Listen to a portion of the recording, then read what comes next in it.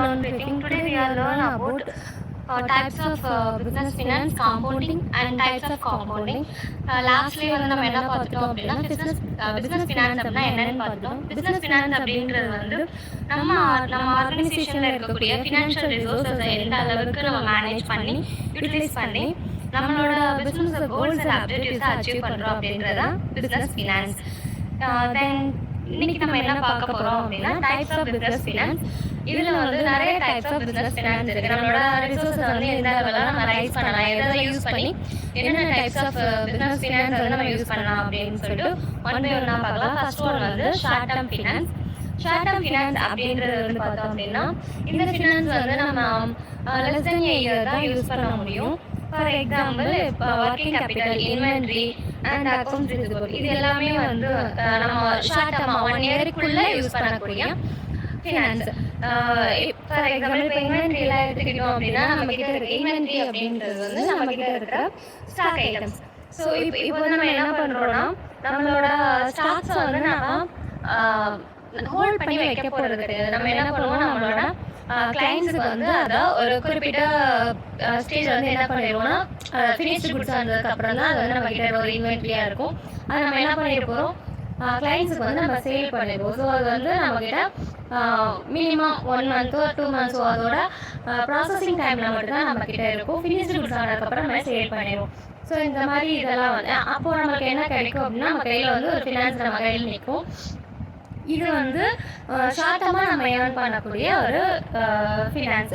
Then next ஒன்று பார்த்தோம் அப்படின்னா long term finance. Long term finance அப்படின்றது மோர் தென் a year 1 yearக்கு மேலே நம்ம யூட்டிலைஸ் பண்ணக்கூடிய ரிசோர்ஸஸ். இது வந்து எது இதெல்லாம் வரும்னு பார்த்தோம் அப்படின்னா கேபிட்டல் எக்ஸ்பெண்டிச்சர் சொல்லலாம், பிஸ்னஸ் எக்ஸ்பேன்ஷன் சொல்லலாம். கேபிட்டல் எக்ஸ்பெண்டிச்சர் அப்படின்றது நம்மளோட இப்போது நம்ம ஒரு ஸ்டார்டிங் இப்போ நம்ம வந்து ஒரு மேனுஃபேக்சரிங் இண்டஸ்ட்ரீஸ் வந்து ரன் பண்ணுறோம் அப்படின்னு சொன்னால் ஃபஸ்ட்டு ஸ்டார்டிங் ஸ்டேஜில் என்ன பண்ணியிருப்போம், 1 or 2 machines தான் ரன் பண்ணிகிட்டு இருந்திருப்போம். அப்புறம் போக நம்மளோட கம்பெனியோட க்ரோத்தை பேஸ் பண்ணி நம்ம என்ன பண்ணுவோம், நிறைய மிஷினரிஸ் வந்து என்ன பண்ணுவோம்னா இன்ஸ்டால் பண்ணுவோம். அப்போது அது வந்து நம்மளுக்கு என்ன அப்படின்னா அது ஷார்ட் டேர்ம் பீரியடாக நம்ம யூஸ் பண்ணக்கூடிய இது ரிசோர்ஸஸ் கிடையாது. அதை வந்து நம்ம லாங் டேர்மாக யூஸ் பண்ணக்கூடிய ரிசோர்ஸஸ். மோர் தென் 1 yearக்கு மேலேயே நம்ம அந்த ரிசோர்ஸஸை வந்து நம்ம யூட்டிலைஸ் பண்ணுவோம். ஸோ இதெல்லாம் வந்து long term finance. Then next வந்து ஒன் பார்த்தோம் அப்படின்னா ஈக்விட்டி ஃபினான்ஸ். ஈக்விட்டி ஃபினான்ஸ் அப்படின்றது நம்மளோட கேபிட்டலை நம்ம என்னென்ன வேஸில் ரைஸ் பண்ண முடியும் அப்படின்றது. ஃபர்ஸ்ட் ஒன் பார்த்தோம் அப்படின்னா இதில் வந்து நம்ம ஈக்விட்டி ஃபினான்ஸில் வந்து நம்மளோட கம்பெனி ஷேர்ஸ் இருக்கு, அதை சேல் பண்ணுறது மூலமாக நம்மளோட கம்பெனியோட கேபிட்டலை இன்க்ரீஸ் பண்ணலாம். இதில் என்ன அட்வான்டேஜஸ் இருக்குது, டிஸ்அட்வான்டேஜஸ் இருக்குதுன்னு பார்த்தோம்னா அட்வான்டேஜஸ் அப்படின்றது நம்மளுக்கு இதில் வந்து இன்ட்ரெஸ்ட் வந்து நம்ம பே பண்ண வேண்டியது கிடையாது. நம்மளுக்கு வந்து மணி வந்துடும். அதே மாதிரி நம்மளோட ரிஸ்க்கும் வந்து என்ன ஆகும்னா இதில் ஷேர் ஆகும். நம்ம ஷேர் ஹோல்டர்ஸும் இதில் நம்மளோட ரிஸ்க்கை வந்து ஷேர் பண்ணிப்பாங்க. இதில் என்ன டிஸ்அட்வான்டேஜஸ் அப்படின்னு பார்த்தோம் அப்படின்னா ஓனர்ஷிப் அப்படின்றது வந்து இதில் லாஸ் ஆகும். நம்ம மட்டும் வந்து ஓனராக இருக்க முடியாது. நம்மளோட ஷேர் ஹோல்டர்ஸும் வந்து இதில் என்ன இது பண்ணாங்கன்னா இன்வால்வ் ஆவாங்க. நம்ம ஒரு டிசிஷன் எடுக்கணும், கம்பெனி ரிலேட்டடாக நம்ம என்ன டிசிஷன் எடுக்கணும்னாலும் நம்ம ஷேர் ஹோல்டர்ஸோட நாலேஜ் இல்லாமல் நம்மளால் எடுக்க முடியாது. ஸோ நம்மளோட கண்ட்ரோல் வந்து அந்த இடத்துல லாஸ் ஆகும். இது வந்து one of the disadvantages. Then next one வந்து பார்த்தோம் அப்படின்னா டெப்ட் ஃபினான்ஸ். டெப்ட் ஃபினான்ஸ் அப்படின்றது வந்து நம்மளோட கேபிட்டலை லோன்ஸ் மூலமாகவோ பாண்ட்ஸ் மூலமாகவோ நம்ம என்ன பண்ணலாம், ரைஸ் பண்ணிக்கலாம். லோன்ஸ் அப்படின்றது இப்போ நம்ம பிஸ்னஸ்க்கு தேவையான கேபிட்டலை வந்து பேங்க்கில் லோன் மூலமாக நம்ம என்ன பண்ணிக்கிறோம்னா ரைஸ் பண்ணிக்கிறோம். இதில் என்ன அட்வான்டேஜஸ் டிஸ்அட்வான்டேஜஸ்ன்னு பார்த்தோம் அப்படின்னா இப்போ நம்ம இதில் வந்து நம்மளோட ஓனர்ஷிப் வந்து எங்கேயுமே போகாது, நம்ம கையிலே தான் இருக்கும். அண்ட் இது வந்து நம்ம எப்போ நம்மளால் முடியுமோ அப்போ நம்ம வந்து ஃபுல் செட்டில்மெண்ட் நம்ம பண்ணிக்கலாம். அது வரைக்கும் நம்ம என்ன பே பண்ணோம்னா இன்ட்ரெஸ்ட் பே பண்ண போகிறோம். ஸோ இந்த இன்ட்ரெஸ்ட் பே பண்ணுறது வந்து இதில் நம்மளோட டிஸ்அட்வான்டேஜஸாக நம்ம சொல்லலாம். அதே மாதிரி ரிஸ்க் வந்து நம்ம கையில் தான் இருக்கும். அண்ட் இதுக்கு வந்து நம்ம என்ன பண்ணுவோம்னா கொலாட்ரல் செக்யூரிட்டி வந்து நம்ம சப்மிட் பண்ணாதான் நம்மளோட லோன் வந்து எலிஜிபிள் ஆகும். அந்த கொலாட்ரல் செக்யூரிட்டிஸ்ன்றது மேபி நம்மளோட பிஸ்னஸ் ப்ராப்பர்ட்டிஸாக இருக்கலாம், ஓன் ப்ராப்பர்ட்டிஸாகவும் இருக்கலாம். ஸோ அதை பேஸ் பண்ணி தான் நம்மளுக்கு லோன் ப்ரொவைட் பண்ணுவாங்க. ஸோ நம்ம ப்ராப்பர்ட்டி கொலாட்ரலாக வைக்கிறதுனால இது ஒரு டிஸ்அட்வான்டேஜஸ்ன்னு சொல்கிறோம். தென் நெக்ஸ்ட் வந்து வென்ச்சர் கேபிட்டல். வென்ச்சர் கேபிட்டல் அப்படின்றது வந்து இது வந்து financing for start ups and high growth business. இதில் வந்து இந்த வென்ச்சர் கேபிட்டல் யூஸ் ஆகும். இதோட அட்வான்டேஜஸ் என்னென்னு பார்த்தோம் அப்படின்னா, இது வந்து ஹை க்ரோத் பொட்டன்ஷியல் கிடைக்கும். நிறைய எக்ஸ்பர்ட்ஸோட கைடன்ஸ் வந்து நம்மளுக்கு இதில் கிடைக்கும். நம்ம இப்போ புதுசாக பிஸ்னஸ் ஸ்டார்ட் பண்ண போகிறோம் அப்படின்றப்போ நிறைய பேர்கிட்ட இருந்து நம்மளுக்கு ஐடியாஸ் வந்து நமக்கு கிடைக்கும்.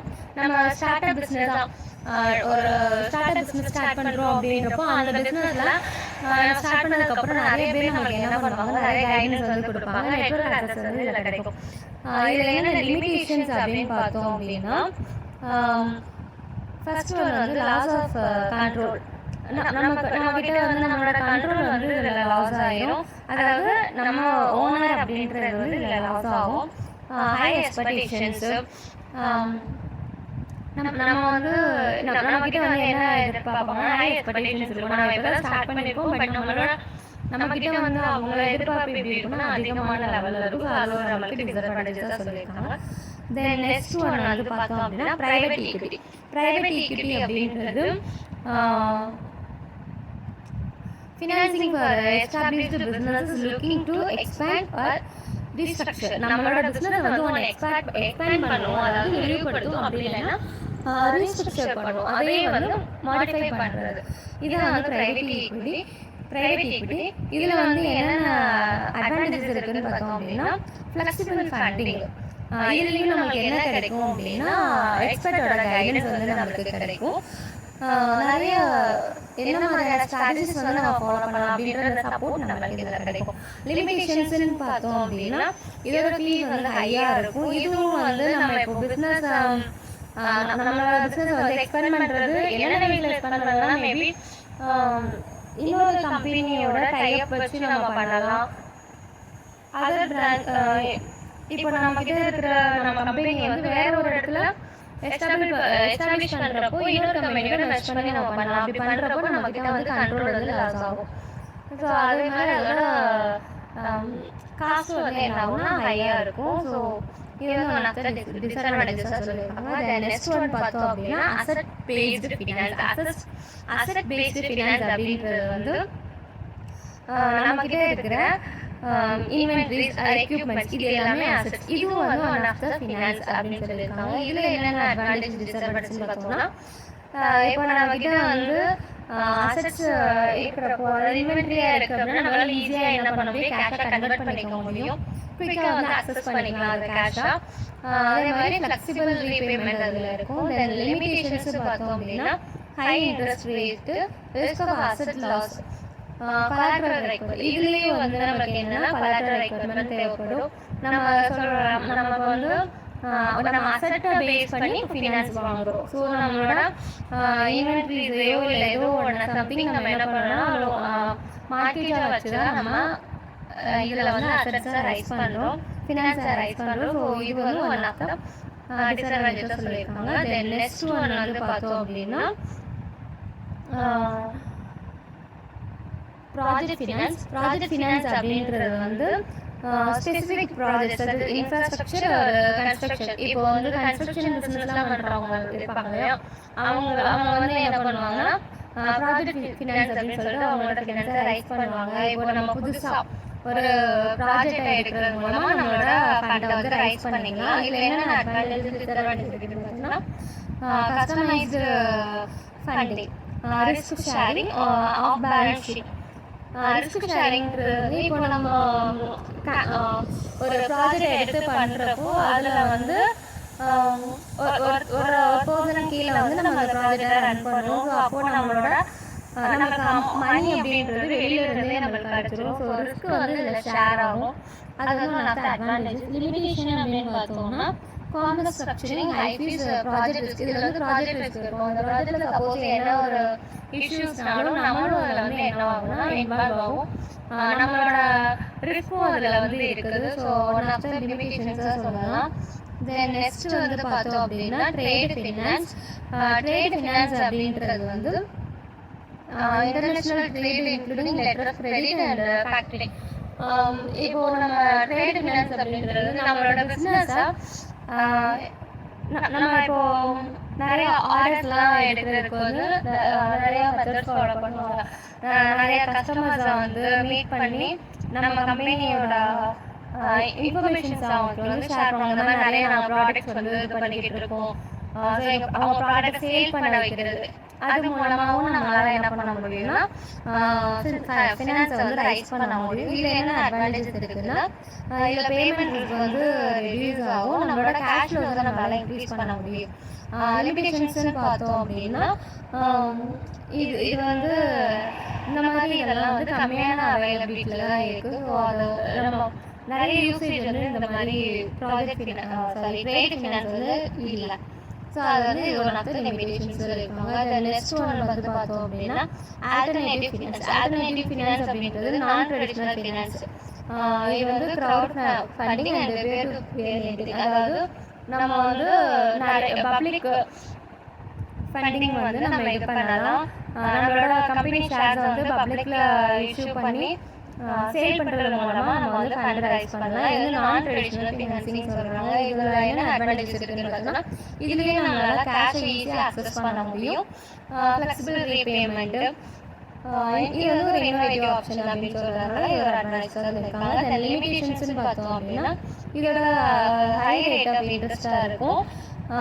இதில் வந்து ரெகுலேஷன்ஸ்லாம் கிடையாது. நம்ம ஓன் ரெகுலேஷன்ஸ் கிரியேட் பண்ணுற மாதிரி நான் ட்ரெடிஷ்னல் அப்படின்றதுனால இது வந்து ரூல்ஸ் அண்ட் ரெகுலேஷன்ஸ் அப்படின்றது வந்து லேக்காக இருக்கும்.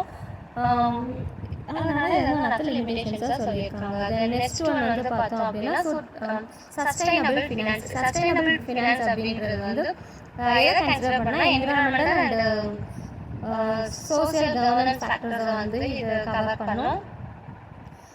இது வந்து என்விரான்மெண்டல் பெனிஃபிட்டாக இருக்கிறதுனால இது எனக்கு அட்வான்டேஜஸாக சொல்லலாம். லிமிடேஷன்ஸ் அப்படின்னு பார்த்தோம்னா, இது வந்து காம்ப்ளெக்ஸ் ரிப்போர்ட்டிங்காக இருக்கும். நம்மளால் இப்போ என்விரான்மெண்டல் பேஸ் பண்ணி தான் வந்து இவங்க என்ன பண்ணுவாங்கன்னா ஃபினான்ஸ் வந்து ரைஸ் பண்ணுவாங்க. ஸோ இது வந்து அந்த அளவுக்கு லிமிட்டட் அவைலபிலிட்டியாக இருக்கிறதுனால இது ஒன் ஆஃப் த டிஸ்அட்வான்டேஜஸாக சொல்லலாம்.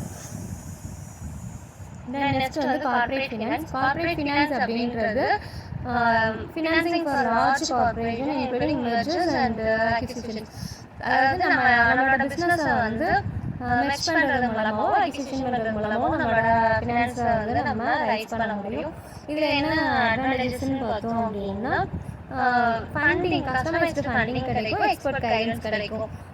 இப்போ நம்ம வந்து ஒரு பெரிய ஆல்ரெடி சக்ஸஸ்ஃபுல்லாக போய்கிட்டு இருக்க ஒரு கம்பெனியோட நம்ம மெர்ஜ் பண்ணுறப்பையோ அக்விசிஷன் பண்ணுறப்பையோ நம்மளோட கம்பெனிக்கு வந்து ஒரு நல்ல ஃபினான்ஷியல் சப்போர்ட் கிடைக்கும். அட் த சேம் டைம் வந்து அந்த பிஸ்னஸோட கைடன்ஸும் நம்மளுக்கு கிடைக்கும். அந்த எக்ஸ்பர்ட்ஸோட கைடன்ஸு அண்ட் ஸ்ட்ராட்டஜி சப்போர்ட்டும் நம்மளுக்கு வந்து கிடைக்கும். நம்ம எப்படி வந்து மார்க்கெட் பண்ணணும் அப்படின்ற மாதிரியான சப்போர்ட் எல்லாமே நம்மளுக்கு இதில் கிடைக்கும். லிமிடேஷன்ஸ்ன்னு பார்த்தோம் அப்படின்னா, இதுலேயே வந்து ஹை காஸ்ட் அப்படின்றதுனால மற்ற லிமிடேஷன்ஸை சொல்லியிருக்காங்க. தென் நெக்ஸ்ட் ஒன் வந்து பார்த்தோம் அப்படின்னா, இதான் வந்து final one, small business finance. Small business finance அப்படின்றது எஸ்எம்இ சொல்லலாம், small and medium size enterprises. இது வந்து நம்ம இப்போ தான் ஸ்டார்டிங் ஸ்டேஜில் லிமிட்டட் ஃபண்டர்ஸ் வந்து நம்ம ஸ்டார்ட் பண்ணுறது ஃபினான்ஸு பிஸ்னஸ்ஸு. இதில் என்னென்ன அட்வான்டேஜஸ் இருக்குன்னு பார்த்தோம் அப்படின்னா, நம்ம இப்போ தான் சிம்பிளாக ஸ்டார்ட் பண்ணக்கூடிய பிஸ்னஸ் அப்படின்றப்போ நம்மளால் கேஷ் வந்து ஈஸியாக கன்வெர்ட் பண்ணிக்க முடியும், அக்சஸ் பண்ணிக்க முடியும். கம்மியான அமௌண்ட்டில் தான் நம்ம இன்வெஸ்ட் பண்ணுறோம் அப்படின்றப்போ ரீபேமெண்ட் ஆப்ஷன்ஸும் நம்மளுக்கு ஃப்ளெக்சிபிளாக இருக்கும். இது வந்து மற்ற அட்வான்டேஜஸ்ன்னு சொல்லலாம். லிமிடேஷன்ஸ் பார்த்தோம் அப்படின்னா, இதுலேயும் வந்து நம்மளுக்கு கொலாட்ரல் ரெக்கவர் பண்ணுவாங்க. நம்மளோட ஏதாவது ஒன் ஆஃப் த ப்ராப்பர்ட்டியை வந்து நம்ம சப்மிட் பண்ணுற மாதிரி இருக்கும். ஸோ அதனால இது வந்து டிஸ்அட்வான்டேஜாக சொல்லியிருக்காங்க.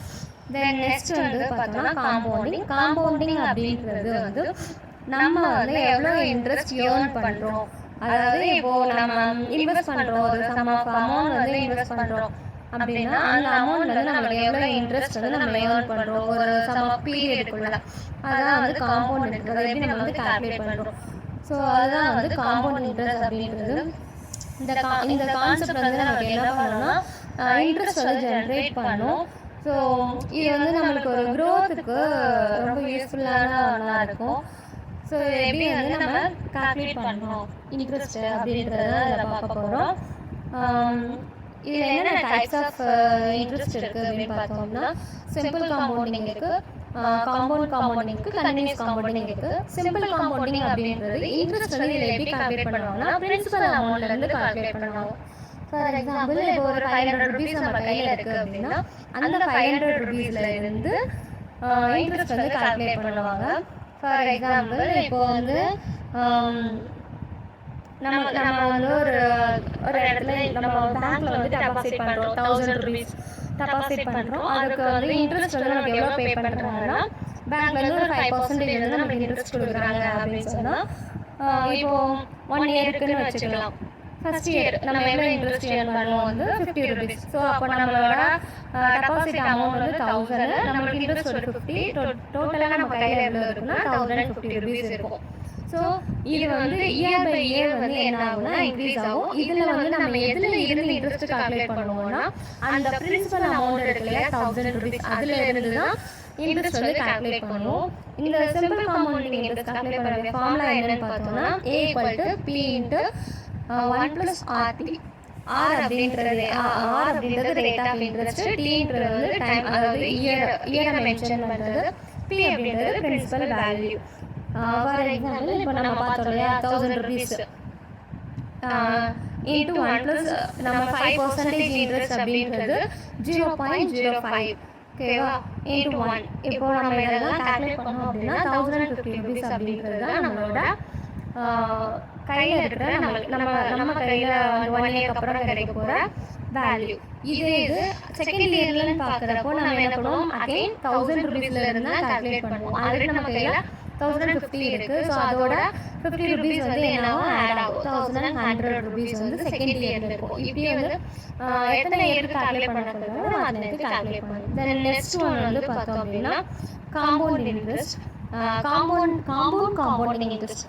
ஸோ இது என்ன அப்படின்னு பார்த்தோம்னா, இந்த இன்ட்ரெஸ்ட் எப்படி கால்குலேட் பண்ணுவாங்கன்னா, பிரின்சிபல் வேல்யூவோட ஃபர்ஸ்ட் நம்ம சிம்பிள் இன்ட்ரெஸ்ட்ல வந்து கால்குலேட் பண்ணலாம். ஃபர்ஸ்ட் இயர்ல வந்து பிரின்சிபல் அமௌண்ட்ல இருந்து கால்குலேட் பண்ணி ஒரு அமௌண்ட் வந்திருக்கும், 1050 வந்தது. அதுல இருந்து இப்போ வந்து காம்பவுண்டிங் அப்படின்றது என்ன பண்ணுவோம்னா, அந்த 1050 இருக்கு இல்லையா, அதுல இருந்து தான் செகண்ட் இயருக்கு கால்குலேட் பண்ணணும். பிரின்சிபல் அமௌண்ட்ல இருந்து கால்குலேட் பண்ணுவாங்க. பேலன்ஸ் அமௌண்ட் எவ்வளோ இருந்ததோ அதுல இருந்து தான் இன்ட்ரெஸ்ட் கால்குலேட் பண்ணுவாங்க. அதான் காம்பவுண்டிங். தென்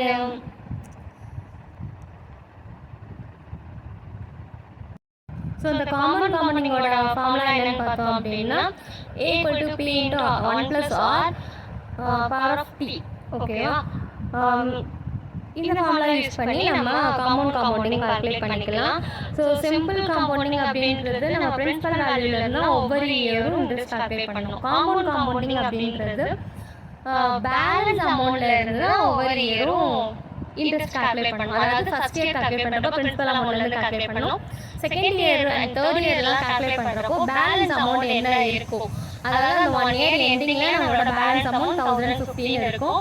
அதாவது இப்போ 1000 ருபீஸ்க்கு 5% இன்ட்ரெஸ்ட் அப்படின்னு வச்சோம்னா 1050 ருபீஸ் வந்து நம்ம கையில் இருக்கும். அந்த 1050ல இருந்து தான் செகண்ட் இயருக்கு வந்து நம்ம கால்குலேட் பண்ணணும் இன்ட்ரெஸ்ட்டு.